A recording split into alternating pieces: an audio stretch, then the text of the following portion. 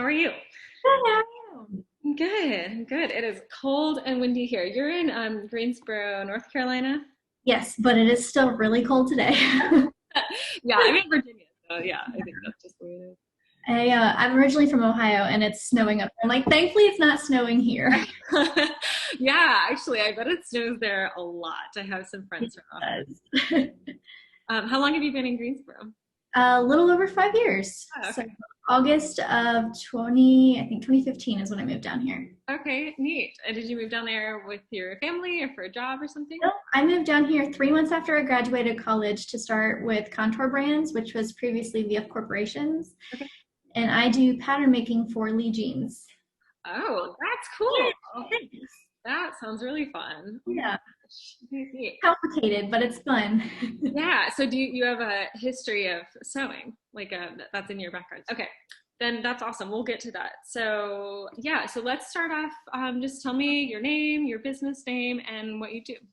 Okay, I am Amber Capus. I am the owner, designer, and creator of Small Batch Goods, curated by Amber Capus, and I make baby essentials, so mostly burp cloths and reusable nursing pads. Neat. That's so cool. And when did you start this adventure?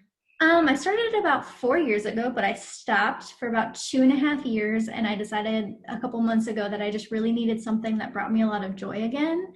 And I remembered how much I loved making these baby essentials, and I thought, well, why not try making this a part-time gig and really trying to just focus on what brought me some happiness. Yeah, that's really neat, and that's really important right now too. I think a lot of people are coming back to their handmade roots. That kind of stuff.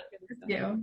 Neat. Yeah, and you have an Etsy store, right? Thank you. Neat. And you have some really cool fabrics up on there. So tell us about like how you find your fabrics, what inspires you, what kinds of fabrics you like working with, stuff like that. The types of fabrics I like to work with are the French terry, so it's a little bit thicker on the backing. It allows for extra absorption.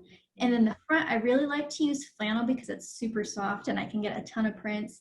Cottons are beautiful, but they're a little more on the rougher edge for when you're trying to have something super close to your baby's face. I feel like it can give you a little bit of irritation that you don't entirely want.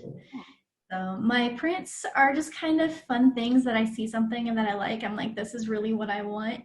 But my goal in the next year or so is to eventually develop my own fabric. So a lot of different like watercolor prints and like the teals and sage and rose gold. So like those really elegant colors and just really pretty designs, but also something kind of fun like a watercolor donut would be really cool to me. Yes. Oh, that's so neat. So do you paint as well? Do you like dabble in? Don't, but I bake.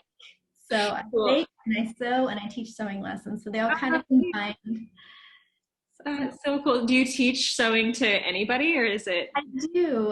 Right now, my student is 10 years old. She's my first younger student. So it's been kind of fun, like learning how to work with somebody under the age of like 12 or 13 who is a little bit more understanding of how to do patterns and sewing, but she's really eager to learn and it's super fun. Oh, that sounds like so much fun. And you do that, have you been doing any of that like in person or is it more virtual right now? In person? Yeah, she is quarantined for school, so it's pretty just much we're staying as much like with distance as we can, but also I have to stand beside her to make sure she doesn't get a needle stuck in her finger. That's fair. I feel like at 10 you can do Yeah. some things, but there's still that risk Yeah. there.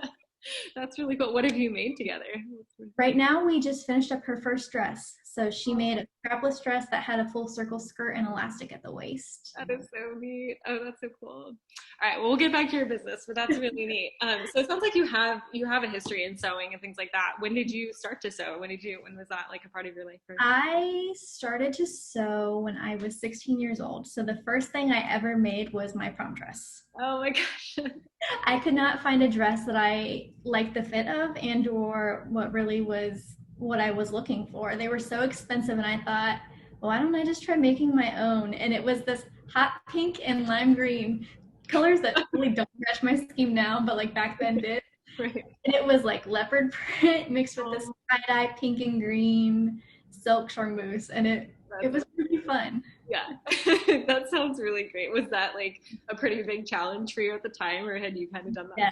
No, I mean, I literally had never sewn anything. The first thing I took was on this dress. And I remember crying like 3 days before prom, and I was like, I'm not gonna have a dress. Oh no. I know, it's like pick the most important thing to sew. That is so funny. And so have you been sewing ever since, or you're kind of off and on? I have. Nope, I pretty much have sewn ever since. And I've kind of gone a couple different directions with it. So I've gone with, I do professional wrestling gear. Okay. So complete custom professional wrestling gear attire that is anywhere from spandex tights to singlets or like even female wrestlers gear. What? So yeah, I also do that full time. Oh my gosh. And I also make my baby essentials. So it's like two very, very different businesses, but still very sewing involved. Right. Oh my gosh, those are very different. That is so funny. And we were just talking about like the softness and like Yeah. washability of your baby bird cloths. Wow, that is so cool. Well, we'll have to talk more about that too. So yeah, so for this season, for this holiday stuff, you've got stuff up on your Etsy, and then you have a new Instagram account started for folks to follow. So we'll make sure to link that so people can find you there. And so yeah, tell us about what you have going on, and maybe anything you're like making for the holiday specifically, or anything like that. Yeah, I do have baby bird cloth collections, so they're all limited edition. Friday, I will be releasing my holiday collection, so I think there's 4 different prints. Some are gender neutral, some are a little bit more girly, some are a little more on the boy side, but those will specifically be for holiday. And then I will have nursing pads that will be a little bit more on the delicate side, so a little bit more feminine colors and not so much the baby prints. Mm-hmm. And then I also will have eventually by the end of the month, there'll be gift sets. So there'll be like yours and mine, like big blanket scarves that you can wrap yourself and a baby in. So not specifically like a mommy and me, but like yours and mine. Yeah, that's great. Those will be together with the different burp cloth sets. Okay, cool. So at the Saturday event, we'll see some of the holiday designs. Yeah. Oh, that's super exciting. Thanks. Okay, so you're talking about the fabrics that you work with, and they're super soft. And so yeah, what is your process like? Like, I know I'm also so you know, you often have kind of things that you enjoy doing and maybe don't enjoy doing so much. So what's kind of that like for you, and what's your workspace like too? My workspace, I just reset up about 2 weeks ago. So I completely moved my sewing room into its own brand new room. I repainted. I'm always kind of an organized mess when I sew. Yeah. Each baby burp cloth, like one single one, is 12 steps in total. Oh my So to make a 4-pack, that's almost 50 steps. God. So I kind of have like an assembly line that I do where I'll start with cutting out all of my base tops, and then I'll do my base bottoms. I'll serge everything together, I'll lint roll it, and then I'll do the flipping, the pressing, the top stitching, and then all of the different packaging and everything that goes into that final like finishing. Mhm. So Wow. in the meantime of all of that, I usually have my music blasting because Right. I live by myself, so I can play it as loud as I want. That's Have a dance party. Usually some caffeine involved, either like an energy drink or coffee, no matter what time of night it is. uh-huh. That's great. It's fun. Like, you know, you Yeah. have to enjoy it when you're doing it. And if you're not enjoying it, there's no point in staying up late and stressing yourself out. Yeah, it's true. Yeah. And now that you mentioned that, so like, what inspired you to do the baby burp cloths specifically? Like, what is that? About 4 years ago, my siblings found out they were having a baby right around the holidays. And at the point in time, I was like, I really don't know what to get anybody for Christmas. And I found a idea on Pinterest that was like things you can do for parents to be, and burp cloths were one of them. But I didn't find any patterns that I really had loved that also could be for my brother. Like he's gonna be a dad. So I made him Ninja Turtle burp cloths. That's so His cool. excitement was so blissful and happy and excited. Like I didn't think he could get that reaction from a man. Yeah. I need to continue doing this, and that's kind of what started it. Was my siblings.